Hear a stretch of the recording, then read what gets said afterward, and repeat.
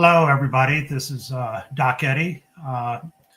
We're going to be, I mean, it's like we had so much happen last week. I can't even begin to sort out what's important and what's not. I'd like to introduce you to Christine. Delighted to have her here. She says that she will have some opinions for us that she's willing to share. She's going to be, talking about the ins and outs of DOGE, and particularly the harm that it's already caused and will be causing. From my standpoint, on my social media, I've been getting a lot of people that have started to feel the necessity to buy a gun.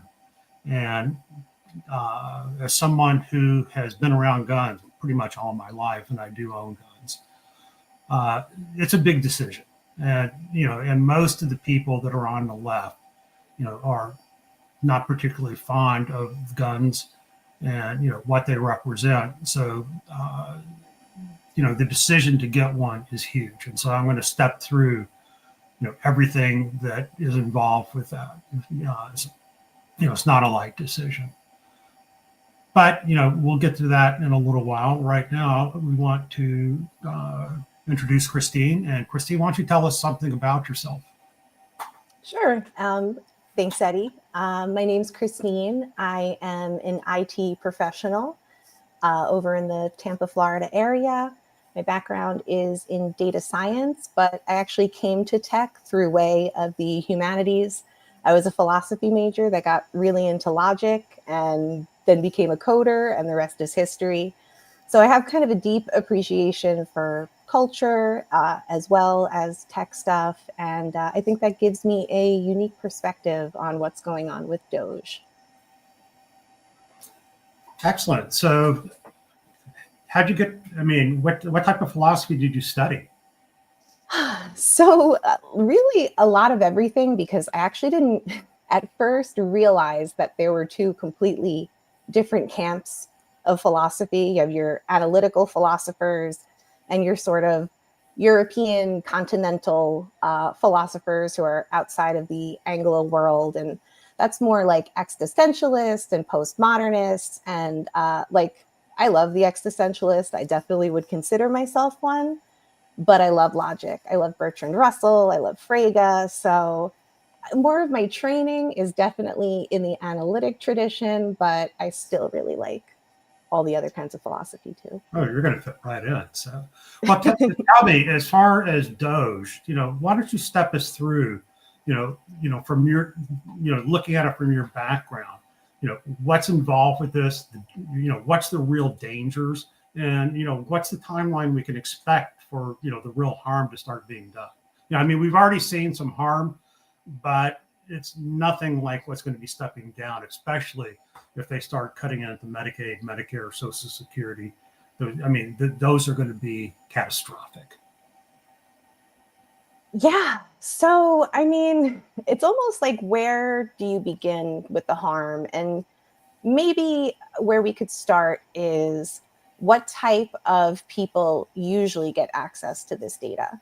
So people who would have access to the type of data that DOGE is accessing in the Treasury typically have to have very high security clearances.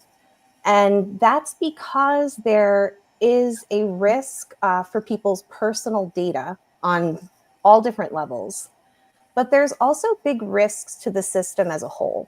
So, for example, I think a lot of us remember there was a pipeline that got hacked where the infrastructure was taken over. School districts get hacked frequently, where bad actors will take over their data and hold it for ransom. So there could be a scenario with DOGE where if somebody tries to take Trump or Elon Musk out of power, with the access that they've had, is ransomware a concern? Like, would they stop payments in retaliation? And even the payments that they have already stopped, it's sort of highly illegal. And I'll pause in case you have any questions. Well, I haven't really considered the chance that it wouldn't be Musk necessarily stopping things. You could have Russians or Chinese or North Koreans come in and shut the whole thing down. And now that we've stopped, just today, they just announced about an hour or two ago that we're going to stop our cybersecurity programs against Russia, which is just like total insanity. It is total insanity, especially because they are very blatant about the fact that they've been waging an information war on the United States for decades now. It comes in the form of disinformation online, but it also comes in the form of getting information on our citizens that can be later used against them. So when we consider a few years ago how both the DNC and the RNC were hacked by the Russians, but only the DNC information was released, doesn't mean that they didn't get any information on the Republicans. It means they're saving it for a rainy day. And with social networking analysis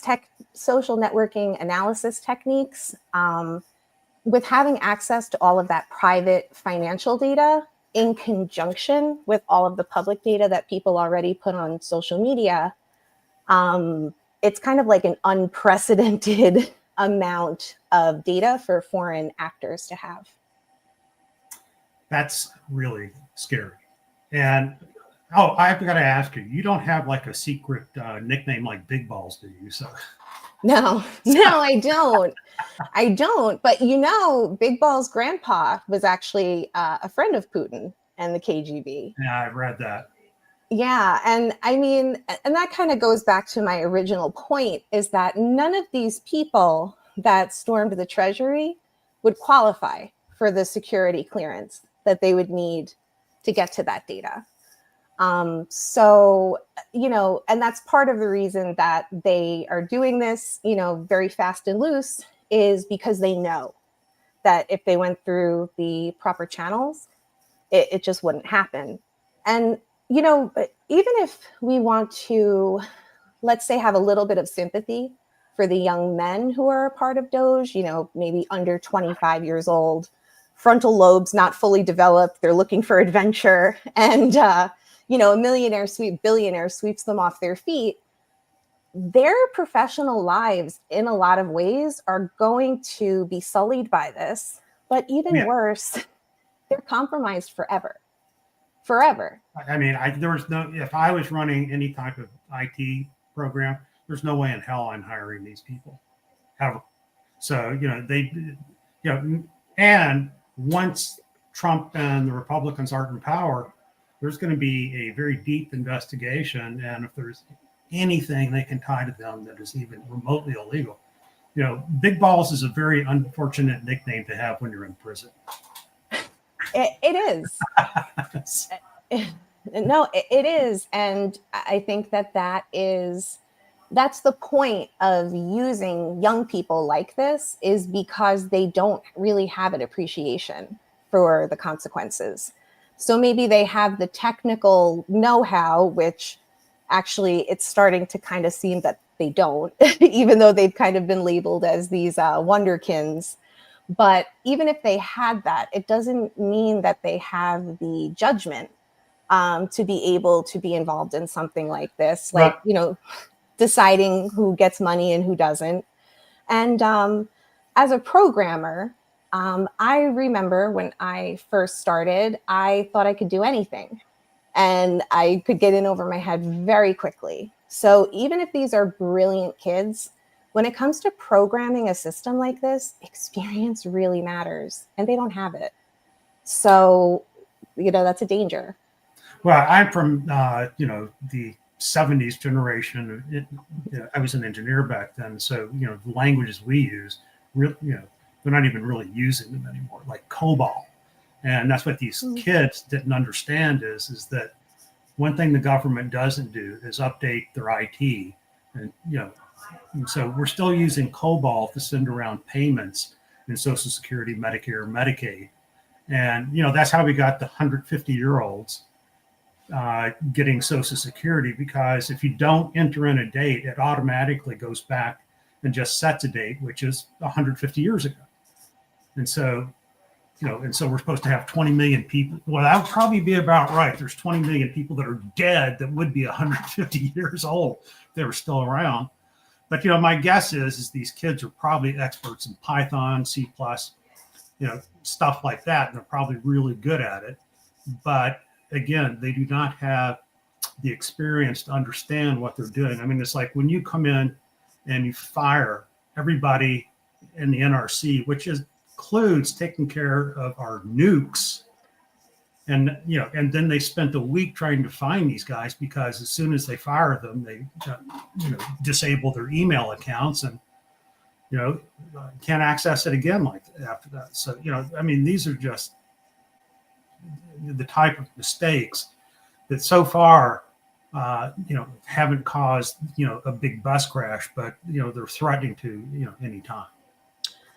They are. And I'm so glad you brought that up because I'll talk about the nukes thing first and then we'll circle back to COBOL. But, when it comes to talking about people being compromised as a result of this situation, one of the things that you will learn, like if you do any type of government IT security training, is that if someone is going through an adverse situation in their life, they encourage you to talk to your contracting officer and talk to people above you because they actually want to help you with that situation because they don't want you to become a compromised person. So if you go and you lay people off in an extremely disrespectful way, you negatively impact their finances, you impact their reputation, and you ruin their life. You're not saying they would take revenge, do you? I mean, I have a lot of respect for our federal workers, and I think that there are many who would never, ever think to do that. But there's a reason that those protocols are in place, and that is to discourage that temptation from people. So generally, people don't get let go from those type of positions in that way. For a lot of reasons, but that's definitely one. They're almost impossible to replace because you've got to go through all the security clearances. And, I've had my brother and brother-in-law who both still have their security clearances. It was a long process. In fact, I even got a knock on the door, which I'm sure was the FBI asking me about my brother. And it's like, well, he's my brother. What am I supposed to say? And I'm not going to lie, but he's a pretty straight shooter. So. Yeah. And, I think they do that because they want people to have connections. When you have roots somewhere, like it is less, you're less likely to go off and be a rogue actor because you're going to leave everybody you love behind. So, there's lots of things that they consider when picking somebody for such a, I guess, specialized position that, we really need people who are reliable and steadfast, and they're not everywhere. So, like we said before, these kids, and I think, even Elon Musk and whatever bureaucrats that he's gathered to go along with this aren't really thinking along those lines. And I have to say to myself that, I don't hold Elon Musk in particularly high esteem, but Twitter is not getting hacked every other day. So he must, that we know of, but he knows a little bit about cybersecurity. And if he doesn't, he knows who to ask. So the level of irresponsibility almost makes me feel like it is not on accident. No, it's not. This is very on purpose. It's very performative. The whole idea is to be as cruel as possible. Because they're trying to send the message out that we own the space now, that you have no power, and we're going to demonstrate that to you. What he did to Volodymyr Zelensky is beyond the mind-boggling of seeing something like that, like a petulant little child saying you don't have the cards and going on and on. That's going to be something that, I don't even know if I have anything to compare it to in history. I'm sure that, you go back in, Roman times and, private court meetings that, kings and powerful people, berated people, but it wasn't in public, because everybody knows that you do something like that where you embarrass somebody, that's when you get to the point where you will hit back. You will come back looking for, I'm going to get even with you. And it's like our problem is we're having to deal with a man that is psychologically so damaged that it's unrecoverable. And that started when he was a child. I mean, his mother was this cold, emotionally distant person who, I mean, you can tell had no nurturing. The way he treats women came directly from that. His father was, a horrifically cruel man. That, I mean, literally would steal money from children that he would meet. I mean, I'd heard a story about that where, some kid dropped a $5 bill. He picked it up and said, "It's mine now."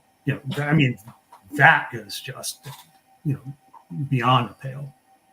Well, as far as DOGE goes, I mean, what do you think are the, besides the obvious, what are other places do you think that they're going to impact, from a financial standpoint that we may not be anticipating yet?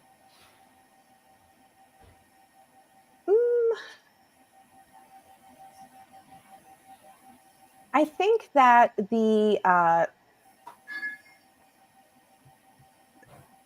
there's a number of different angles that I think we could look at this from. There is the stopping payments that we don't like angle, which is illegal and is kind of one of the reasons I think that the government is still using things like COBOL and stuff like that, because they program them with business logic that matches the exact laws that have been passed down.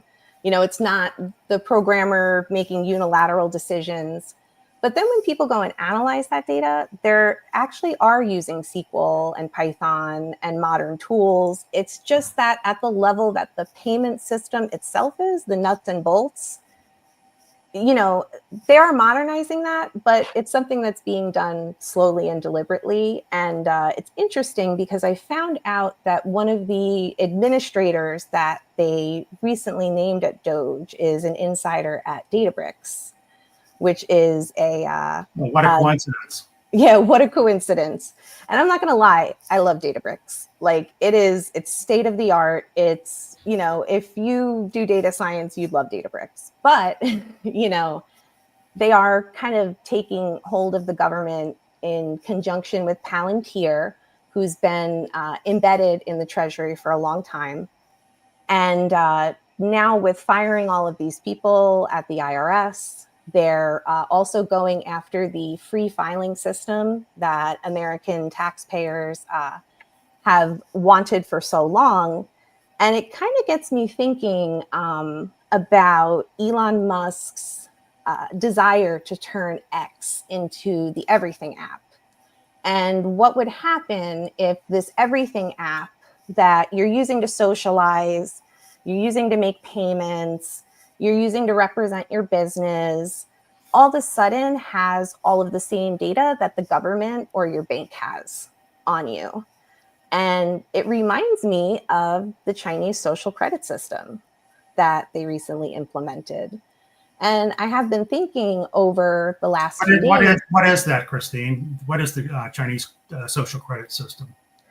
Yeah. So in China, they have an app that's called WeChat. And WeChat is their Everything app.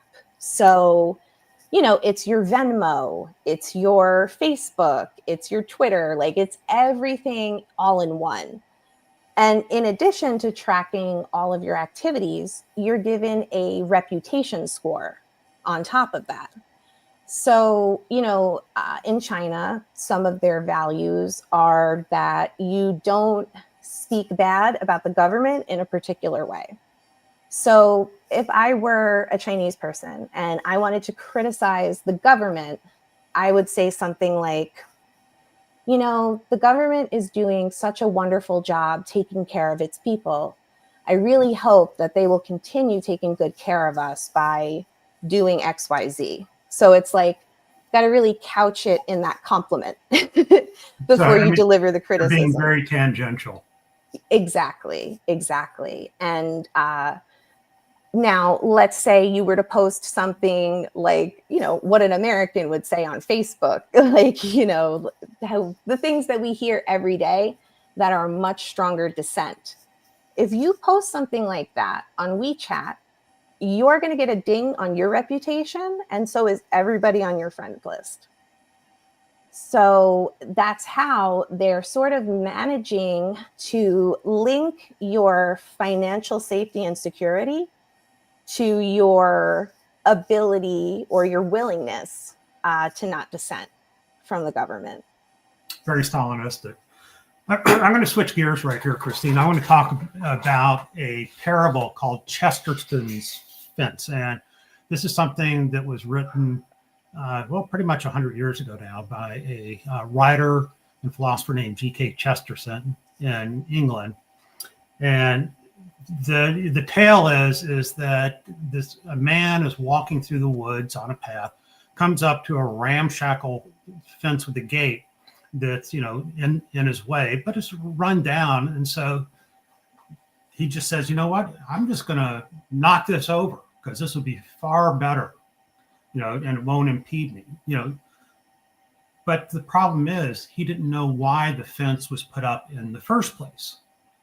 And to take something down when you don't know why it was done in the first place, can lead you to very catastrophic events. In the parable, the fence was there to keep the cattle from getting out. So, which it had done, and now the cattle are out, and the harm has been done. And so we're very much at a place in our history right now where we are ignoring all the take-home points from Chesterson's Fence, where you're seeing that with DOGE. I mean, they're just going through with their chainsaw and just randomly just destroying stuff, and with no acknowledgement that these things were put there for a purpose. And it's taken years and decades to get those to this point. And so and there, it's not only just abolishing the payment systems for Social Security, but I mean, we're abolishing laws, we're abolishing institutions. We're totally overturning cultural traditions, and we're changing our social norms. And that's been the goal of and I'm not going to call them the Republicans or conservatives, because they're not really conservatives. Conservatives that I grew up with would be people that, if you make a change in society, you do it incrementally, slowly. You make sure that you're not overthrowing something that was supposed to be there, to create, to stop a harm. The people that are in charge right now are not conservatives. They are radicals who just want to destroy all of our institutions, social norms. We no longer are in a moral society, and it's not immoral, it's amoral. And they want to replace it with something that keeps them in charge forever and keeps the rest of us as peons, begging for scraps, like, we're holding up our bowl. May I have some more gruel, sir?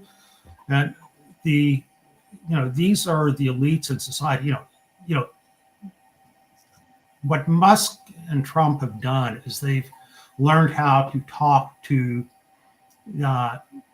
people that are not educated. And when you look at our society, most of our CEOs, a lot of our politicians, they all come from 34 elite universities. If you haven't been, the Harvards and Yales are obvious. I went to Rice, which is included in that. The academies, West Point, Navy Academy, are included in that. And there's some public schools like Cal Berkeley, the Michigans, Texas. But if you haven't gone to one of those, your chances of making it in the world of finance and Wall Street it's not zero, but it's rare. And if you did go to Podunk College, you better have gone and gotten an MBA from one of those places. So you need to have, that stamp of educational approval, or you're just not going to get through the door. And that's part of their plan. It's been part of their plan all along. Is they're taking the institutions that the left basically has been in control of. They want to destroy them. They have no positive vision for society. They just want to take down what the Democrats, the liberals, progressives have been championing. The real issue here is what are we going to do about it? And that's where we're getting into dangerous territory. The thing I will say is this is not the first time the United States has dealt with this. We have been, you're too young, but if you're around in the late, through the 60s, that was a time when, Bobby Kennedy was killed, MLK was killed, all in the same year. Cities were burning every weekend. It was a scary time, and that was on top of the Vietnam War, which was incredibly unpopular because, I knew kids, I can say that because I'm much older than an 18-year-old back then, but I remember, at the time, I was 12 or 13, but seeing the 18-year-olds graduate from high school and disappearing into the draft. I'll never forget, there was a kid living down the street from me named Ramey. Graduates, and literally 2 days later, he's, on intake, in the Navy. Never heard from him again. And then there's Joey, that went into the Army. He came back. He was one of the lucky ones. He came back unscathed. But, when you look at our history, we've had several times where we've had to deal with this, and we got through it. And that's because the system became broken, and there was a decision made in society that once it's broken, we're going to take from that, the ability to heal ourselves and create something new that replaces it. 1770s, we have, the king and the old colonial order. It's like we decided we're going to replace that. 1830s, that was the beginning of what was known as the religious revival. And, we decided that the East Coast elites had way too much power. Andrew Jackson gets elected and brings in frontier populism. That's the first time we dealt with that. 1860s, slavery. We had a real war over that one. Yeah, we did. And, one that frankly, we have not healed from yet. It's like in many ways, we're still fighting that war. You go to the 1890s and Trump talks about, what a glorious era that was because we had tariffs. And what we had we had an industrialization that was failing. You had, as bad as Musk and Bezos and all these other oligarchs are, we had the plutocrats back then with the Carnegies and the Mellons and those people that had a tremendous concentration of wealth. More so than today. Basically, there was no middle class. You were either a plutocrat, the professionals that serviced them, or you were just poor. Yeah. And there was a decision to overturn that. And the plutocrats decided, we better do something with this money, which is why Carnegie went out and started building libraries, and Mellons founded a foundation to help with education. So, they did use their money eventually for some good, but it wasn't without the threat that that people were going to come in and find them and kill them. And then you get the 2 world wars, the Depression, we made it through. The problem is that the Depression also had Roosevelt come in and start all the things the plutocrats of our era want to desperately overturn, because they do not want people that don't have to worry about where their next meal comes from, about keeping a roof over their head, about any chance of educating their kids. Right now, if you are an elite, you're a professional, you're well-to-do. By the time your kids get to be 12, they are already at least 4 grade years ahead of kids that do not have those advantages. By 18, the chances of those kids going to college, it's 50% less than the other kids. It's also, you're 5 times more likely, if you're from that lower class, to have an out of wedlock birth. You're 2.5 times more likely to be involved with, drugs and addiction. It is a tremendous cost that, we impose on, a lot of our society by the fact that the elites, the Musts and the Peter Thiels, have done everything they can to try to destroy the institution's social norms, that benefit, almost everybody in society. It's like, you don't have, in theory, you shouldn't have to worry about where your next meal comes from. We're a wealthy society, but they've made it so that, and Jamie Dimon was very upfront about this. He said, how are we going to get people to work if they're not afraid of starving? And he said something like that about a year ago. So they gave the game up with that. And so how do we come back? It's like and I'll finish with this thought. The last big change was the 1960s, and I'd alluded to that with the 1968 being a really pivotal year then. And that was when we replaced conformity from the 50s, being the corporate man, with being free spirits, and the hippies came in, and they brought in a new way of looking at the world. And I think that's playing out now. We're seeing the end of radical individualism, and the prepper. You see that with the preppers, and we're going to be, somebody that's going to be totally independent of you and everybody else, not realizing that prepper, all that stuff came from commerce that came from someplace else. There's this fanciful notion that I'm going to go totally off the grid, recreate society. Well, guess what? I hope you've got an operating room, you know how to operate on your people. You can get medications that, there's a reason that we have all this, the advantages to having an advanced civilization. But one of those things is that we have a social contract. And one thing that we've seen is the social contract is being ripped apart. Mm-hmm. And it's not being replaced right now. The problem is Chesterson fence. They're taking the chainsaw, and we have nothing to replace it. I'm not even sure they know what they really want to replace it with, or maybe they just don't. They don't care. They know. I think they know what they want to replace it with. They have disdain for the working class.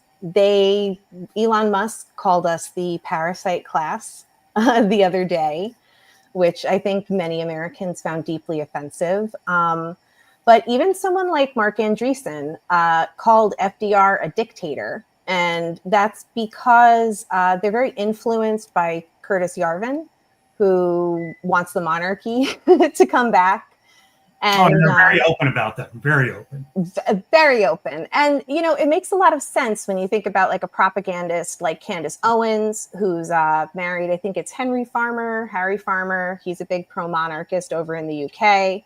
There definitely is a big pro-monarchy authoritarian movement. And I think it was Slavoj Žižek that said that there's only 2 economic systems, capitalism or feudalism. And it just keeps swinging back and forth in between. And we're at that state of capitalism where they want to turn it back into feudalism. JD Vance is a major investor in an app that helps foreign investors buy up farmland. So when you think about how they're just letting wildfires ravage the Carolinas and California, they're cutting off U.S. aid. Very conspiracy theory minded there. But yeah, I agree with you. I think this has a purpose that, you destroy it. And then, it's like after World War II, after they bombed London, there were some people that came in. Well, in fact, they bought property during the middle of the bombing raids and became fabulously wealthy because they were buying, the middle of London for pennies, literal pennies. Yeah. And many of the same financiers that kind of bungled the de-Sovietization of Russia are involved in what's going on in our country right now.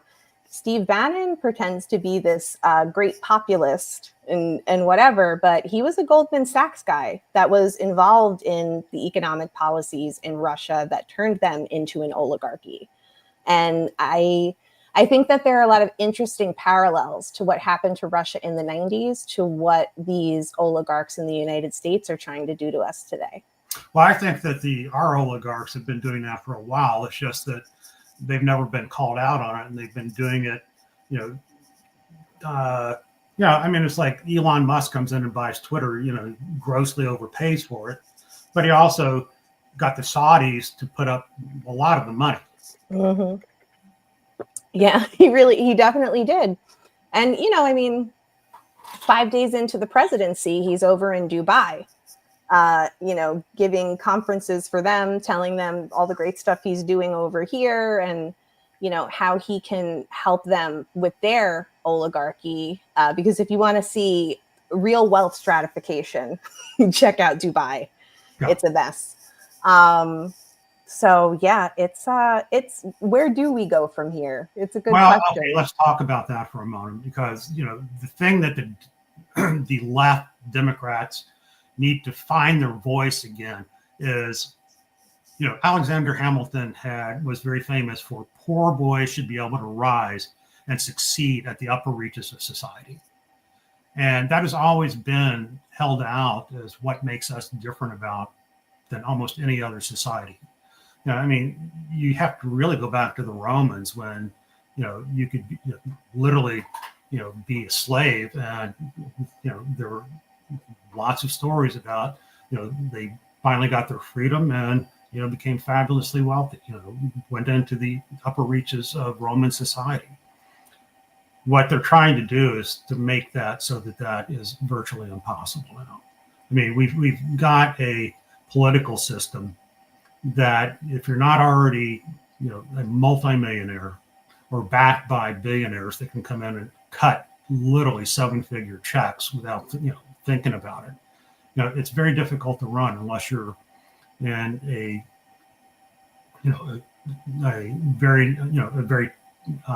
district that is basically very much to one side or very much to the other. And, if you're in the middle, you're looking, I mean, it's like the campaigns here in Arizona this last time around. I mean, $20-30 million per candidate, which is mind-boggling. I mean, that's literally, like $30 per voter in your district. And if you look at the people, I mean, it's like over $100 for everybody that voted. I mean, it's just staggering amounts of money. But going along those lines, what we're going to be doing is, one, we're going to be organizing here. I mean, this is what I really like about, the space here is it's a place for people that are of like mind to come, talk, ask questions, and get the word out. The other thing is that we need to evangelize, and I don't mean that in the sense, Protestant Baptist, but the idea that you carry your story out and you're not afraid to share it with people. Except this is like let me tell you about what the Democrats wanted to do. Here's what is happening to you. One of the other things is we're going to have to really get over the sense that we need to punish the people that voted for Trump. I mean, it's like, I'll guarantee you, it's like when I see the stories about these people that, I voted for Trump, I voted for him for 3 times, and he just took away, my Social Security, he just took away my job, and it's like, Schadenfreude, tastes really good, but, you've got to let that go. And one of the things that I say is that we need to actually reach out to these people, not punish them. I mean, it's, you don't have to be, you poor thing. You were an adult, you had agency, you made a decision. Now it's like, are you feeling sorry because you got caught, or are you finally opening your eyes and stop and not gaslighting yourself anymore when Trump, Musk, and all these other medias, are telling you lies, and you don't have the ability to actually look into them and say to yourself, this is a lie. I need to find out what the real truth is. So what we need to do is help them proceed along that process of self-discovery that, I don't like what you did in the past. I mean, this is when you start getting into the religious, it's like you sinned, you're forgiven. Don't do it again. That's what they need to hear. And that's what they need to hear from all of us. One of the other things I think that is, really interesting to see is what's going on in these town halls. And that is awesome that these deep red Republican areas, they're getting lit up by their own constituents. And that it's having an effect because, you see Mike Johnson, oh, well, those are all paid people. And no, that's what Trump does. No, these are people that are pissed off. And they want to know why are you taking hatchet to the things that actually benefit everybody? And so we're going to get an answer here real soon. There's 2 elections in Florida, and again, these are in red areas, so don't get your hopes up.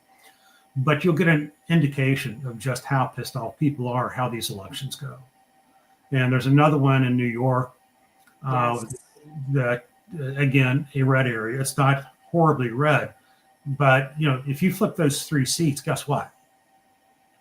Mike Johnson. We don't have to ever listen to Mike Johnson again. Oh, I can't wait. I can't wait. And I'm so glad you brought these races up.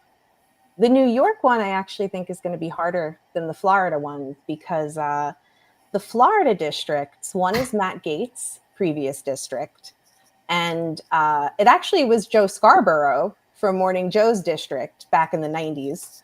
And the other one belongs to Walz, who's someone else that Trump appointed. Both of Gates' old district in particular, the 1st District of Florida, is a big military community. And he may have just pissed them off enough this week that they'll stay home. Well, or, you give them an alternative. That's where I'm going to come back to. The Democrats are, on the whole, have higher levels of education than Republicans. Republicans have become, the home of, like Trump says, the poorly educated, the stupid. And so we're going to have to learn how to go back in and talk to these people without being condescending. We did it before. I mean, you look at, Democrats back in, the 50s, 60s, 70s, those were the people they talked to, and it's like, you've got to be able to, stop wearing suits, be like Zelensky, come in. Oh, and by the by, I'm wearing this in honor of Zelensky, and so Zelensky, if you see me doing this, you don't have to apologize to a damn soul. We so appreciate what you're doing. But we have to learn. We have to go back in and learn that language, learn what they really care about, which is the same thing everybody cares about. Having a job, not being destitute in your old age, getting your kids educated, and the radical right, with Musk and Bezos and all these other people, they're destroying all those things. One of the things they've done, they've destroyed the schools. That's been part of their plan all along.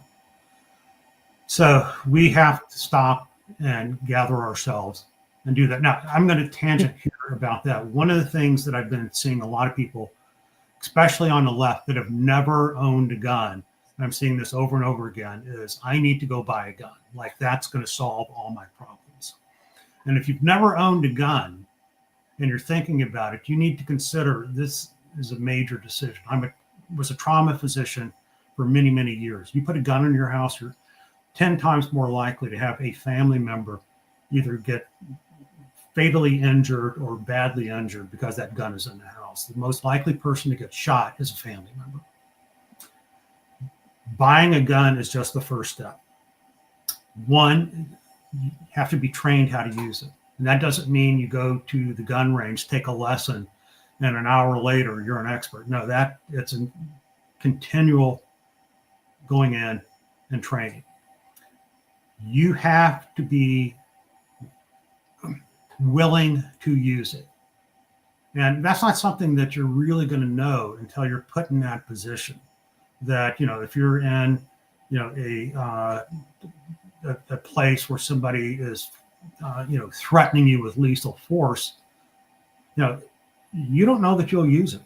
And you can say, yeah, I'm going to do that. But, unless you've trained yourself that, if this happens, I'm going to protect myself. Because the problem with people on the left is they think of all the consequences. Yeah. It's like you're standing there, you're holding your gun. It's like, oh my God, if I shoot this, the police are going to arrest me.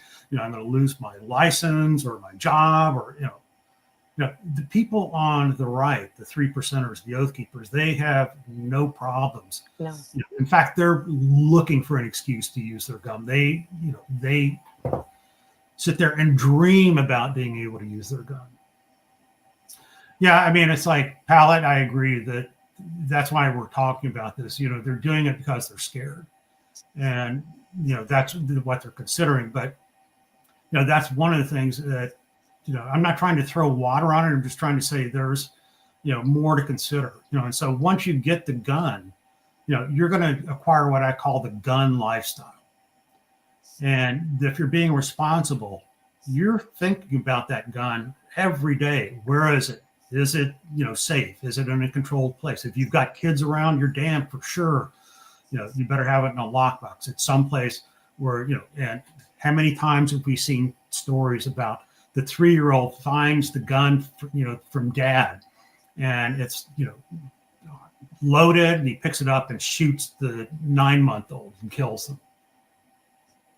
But if you're going to do that, then the steps you have to do is, it's not only just the weapon, but then you have to have ammo, and it's not just one box of 20. If you're, really thinking that there's going to be civil violence, and we've been through periods when we've had that, and it's you need ammo, a lot of it. You also need magazines, a lot of them, because if you're in a situation. You're not firing a bullet or two. It's like you look at Ukraine. If you're in a firefight, once you go through one magazine, you're not sitting there and hand reloading that one magazine. You pull out another magazine and put it in. So the take-home point is that it's not a minor decision. I mean, it's like you can go buy a gun easily, and gun dealers will be happy to take your money. And as and most of us don't have any trouble with the law, so it will literally take you 2 minutes for you to fill out a form, them to do your background check, and you give them money, they give you a gun. It's that simple. The thing is, once you do that, you've changed your life. And it's, and so unless you literally throw it away, it's not easy to undo. In fact, it's almost impossible to undo. So just something to consider, if you're in that, and anybody that sees this later, think long and hard, and if you do it, there's a lot of steps you need to take to make sure that you're safe to use it and you're willing to use it. One of the, we talked about Chesterton's fence, and I think that right now we're in a part of society that, we're in an in-between era. And there is this philosopher and writer, God, I had her name written down here, Day, D-E-Y. She was a French philosopher that came up with this idea called metaxy. And this is a very esoteric, philosophical, concept. And, she did it, exploring the ideas, living between the finite and the infinite, and stuff where you sit around in a coffee house smoking French cigarettes and, discussing, the deeper points of how we live. But, I think her ideas actually got real traction when you consider in our world right now that we're in a place that's in between. And that place is between the two poles of the real world and the digital world. and we're blurring those lines. And I look at it that we're replacing the real world in many ways for the digital world, and I don't know that that's necessarily good. And Miss Philosophy major. I was going to say the map is not the territory. That's Borges, where it gets to a point where the simulation we think is the real thing, but it is not the real thing. And, I think just to circle back to your conversation about firearms, kind of reminds me of a warning that Noam Chomsky has always given the left, that the right will always outdo us with violence, and that we have to try as hard as possible to get as much done as we can through nonviolent means. But when it does get to a certain point, we have to defend our way of life. And it should always be a last resort, but I almost wonder if, are there spaces for people who are unsure about gun ownership, they're thinking about it, and where they can find mentors or people that can kind of really help them work through some of those questions, see if they're ready, and also kind of. Well, I mean, that's why I was talking about this tonight. I mean, it's like, have people come and watch this, give you something to consider. And then after that, I mean, the real problem is almost every gun shop in America is owned by somebody that is very right wing. I've always thought, maybe you could have like a left wing gun shop someplace, but I ran that by somebody, said, no, there's not enough people around. However, here's one of the things you can do. I was out this weekend, and I'm going to add this to the stage. I'm standing outside the office of our Chief Criminal Congressman, David Schweikert, who is a coward who refuses to come out and face his constituents. And I suspect that's because he's a communist sympathizer who is backing Putin over us. So, David, hope you get this message, because you're not going to be able to hide, I guarantee you. So, carry your camera around. If you have the chance to do something like that, do it. I mean, that's part of the, getting the message out through evangelism.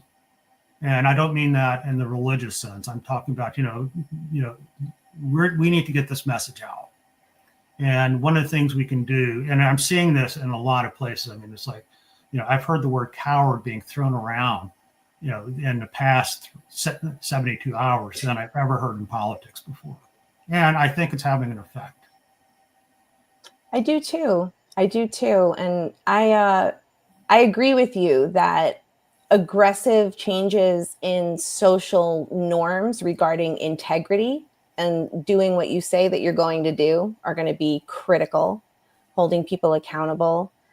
And I also, it makes me kind of think about some of the disaffected veterans who are being impacted by these horrible policies. And if maybe those are the type of people that can help teach people who are new to this about responsible gun ownership from the perspective of a real expert.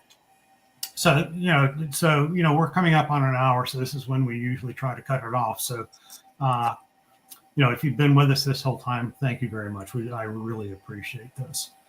Christine, I hope you come back with us. Oh, absolutely. I appreciate you having me on, and everybody who listened. And for everybody else, that's Monday, 7 p.m. Eastern time. So, Christine, we'll definitely have you back. And until you get tired of us. So for everybody, don't give up hope. I'm starting to see the glimmers that, we're starting to fight back. And yes, it's not going to be fun. There's going to be a lot of damage, but, we'll make it through. And until next week. And Harry is out of town taking care of a sick friend. Ken is off someplace, I'm not sure. Louis said he was going to get here, didn't make it. We hope to have everybody back because they'll have some interesting viewpoints that end for next week. So until then, everybody, this is Street Fight Politics. Doc Eddie and Christine, excuse me. And we're signing off. Thank you. Bye, everybody.